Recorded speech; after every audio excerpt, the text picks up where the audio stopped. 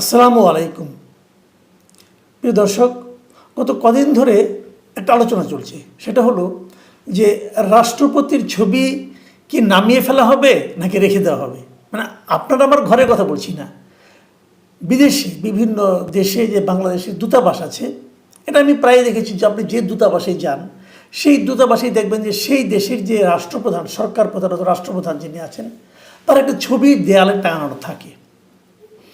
এটা হলো তাদের একটা কাস্টম বলতে পারেন, আপনি একটা নিয়ম বলতে পারেন, একটা প্রথা বলতে পারেন। আইনে কি আছে সে আলোচনায় পরে আসছি। তো ওরকম বাংলাদেশে বিভিন্ন দূতাবাস বিভিন্ন দেশে আছে, সেই দেশেও দেয়ালে রাষ্ট্রপতির ছবি টাঙানো ছিল। তো সম্প্রতি দুদিন আগে হঠাৎ করে আমরা একটা নিউজ দেখলাম যে পররাষ্ট্র মন্ত্রণালয় থেকে নাকি সেই দূতাবাসগুলিতে ফোন করে বলা হচ্ছে যে আপনারা রাষ্ট্রপতির ছবি নামিয়ে ফেলেন, এবং এটা বলার পর অনেক দেশে এরই মধ্যে রাষ্ট্রপতির ছবি নামিয়ে ফেলা হয়েছে। কেন? মানে এতদিন পরে এসে কেন?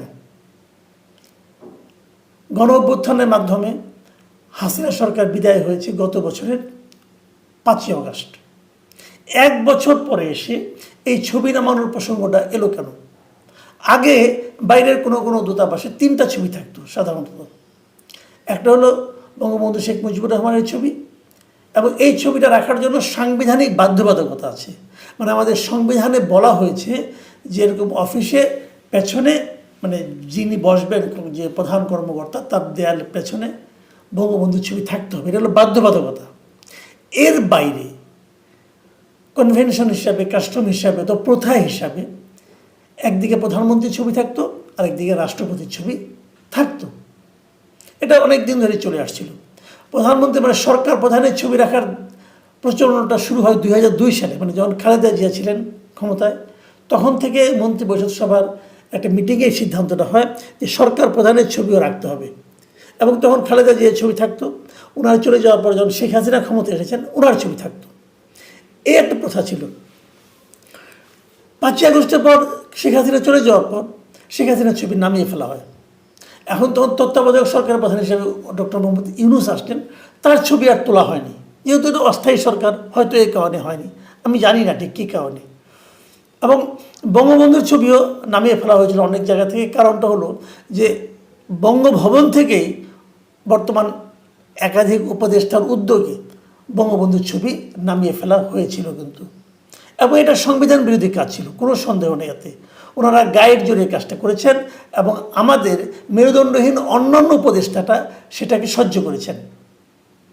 আইন অনুযায়ী তারা এটা পারেন না, যেহেতু আমাদের সংবিধান এখনও স্থগিত করা হয়নি, বাতিল করা হয়নি, এবং আমাদের যে জুলাই ঘোষণাপত্র সেখানেও বলা হয়েছে এই সরকার একটা সাংবিধানিক সরকার, মানে সাংবিধানিক স্বীকৃতির মাধ্যমে সরকারটা গঠিত হয়েছে।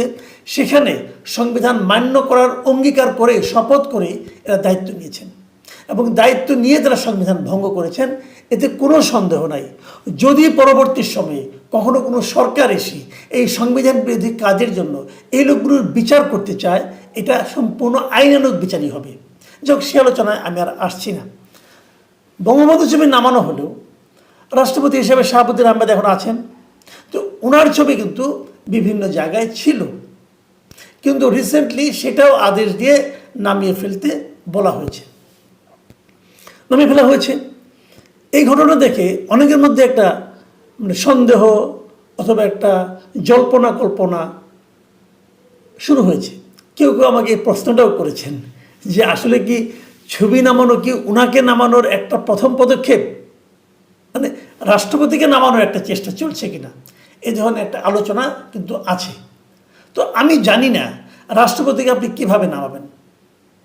বাংলাদেশে যে আইন, এখনও যে আইন যদি আপনি মানেন, তাহলে আইন অনুযায়ী আপনি রাষ্ট্রপতিকে অপসারণের যে আইন আছে সেই আইন এখন এই মুহূর্তে বাস্তবায়ন করা কোনোভাবেই সম্ভব নয়।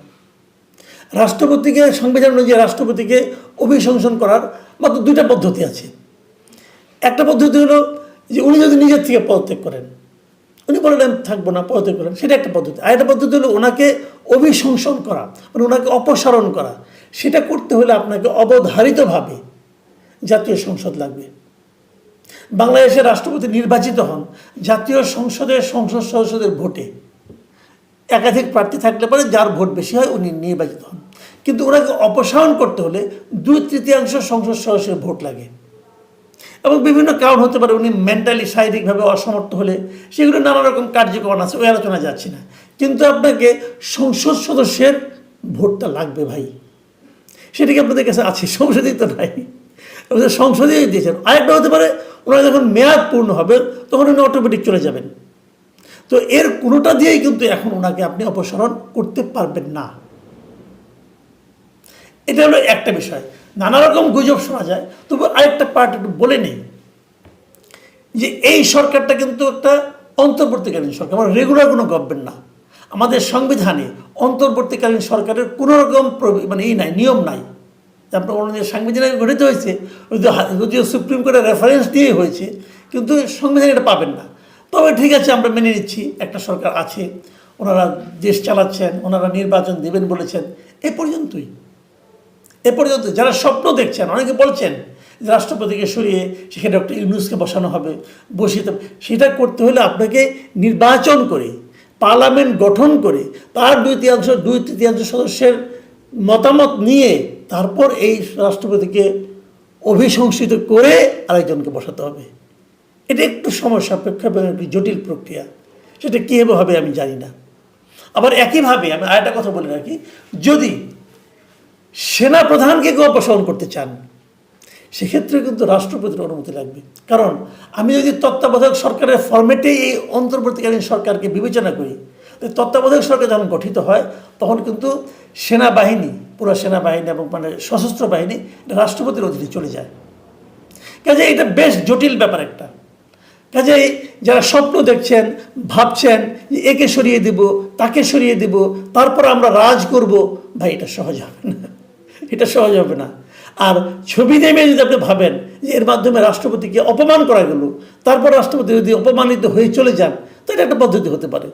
কিন্তু সেটা এখানে হবে কি না বাস্তবায়িত আমি ঠিক জানি না, আমি বলতে পারবো না। কিন্তু এটা কঠিন ব্যাপার ভাই। এই জিনিসটা মাথায় রেখে যদি আলোচনা করেন তাহলে আলোচনাগুলি কার্যকর হবে।